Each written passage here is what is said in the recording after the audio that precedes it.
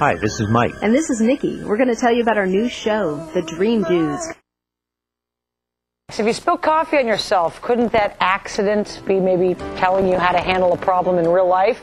Our next guest says that it could be more than just mere coincidence. They're teaching us about waking dreams, the messages we receive while we're awake from our subconscious when we come back. Waking dreams are the same as we all dream 4 to 6 times every night. We're familiar with nighttime dreams. Waking dreams are omens or signs or dreams that occur all day long and give us messages. For example, let me give you, you're walking to your car and you see some change on the ground and you bend down, you pick it up, it's a quarter, a dime, and a nickel, and it means small change is getting ready to come into your life. High profile example, Winona Ryder goes to court for shoplifting. While in court, she's jostled by a camera and actually breaks her arm. What's the message, Winona? This is a waking dream. The message to Winona is break the habit. She makes her money through the camera. If she doesn't break the habit, it's going to break her career. Let's say you're thinking of giving up alcohol, but you're struggling, you're not sure yet. You go to the store, you get your fifth of vodka. You come home, it's on the counter, you pour yourself a drink, and oops, you knock the fifth on the floor, and it shatters. What's the message?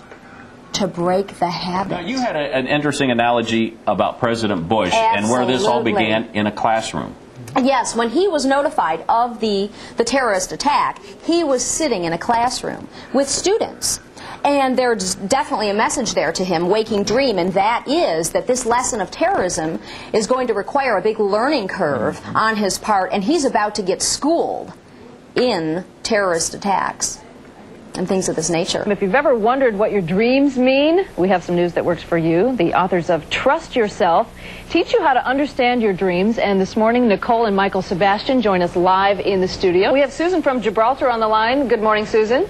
Hi, I've been having a dream at least 5 times about a big gorilla chasing me, like through a Olympic-sized pool. I'd have to swim and I can't get away. Huh. And I've had it like 4 times. What? I don't know what it is, you know? Well, first I'll mention the recurring issue. It's recurring because it's a strong message. And when we don't figure out the message, that's when it turns into a nightmare. Yeah. Okay. So any significance about the gorilla? Absolutely. The gorilla represents some issue in your life, Susan, that you need to face. And it could be finances, could be relationship, could be career related, and only you know that. But when you face it, the gorilla will go away, or the gorilla will shake your hand and say, good job, Susan. And like the monkey on your back type of thing. Interesting. Yeah. Okay, we now have Donna on the phone, who is from Madison Heights. Donna, good morning. Good morning. My dream is also reoccurring, and it's of a spider, and it's a huge, like, inches long, and I'll wake up from the spider. I was going to ask her if she owns a pesticide company.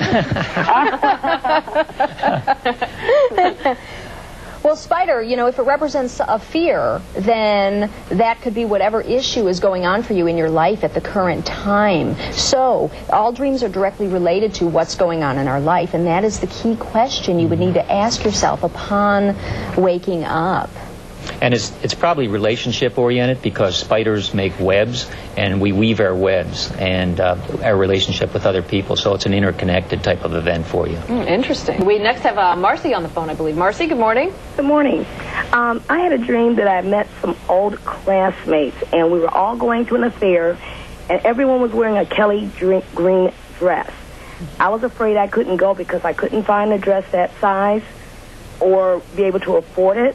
But I finally did, and I was able to go to the party. And it was just so strange. Okay, girlfriend.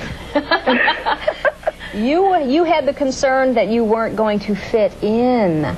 You weren't going to fit in and be accepted. We have a good technique for remembering dreams, and it's a vibrational technique. It's actually toning just before we go to sleep.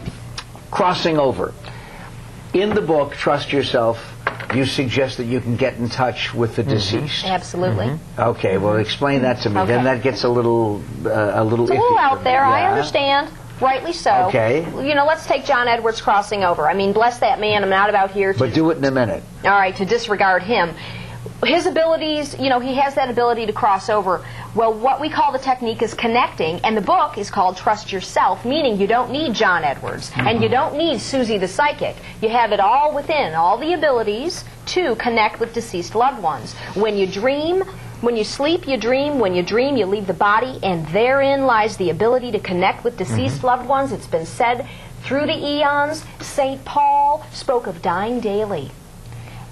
And you can connect every single night. All you do is hold a fond memory of the person you want to connect with, hew just before you go to sleep, and then drift off with that fond memory.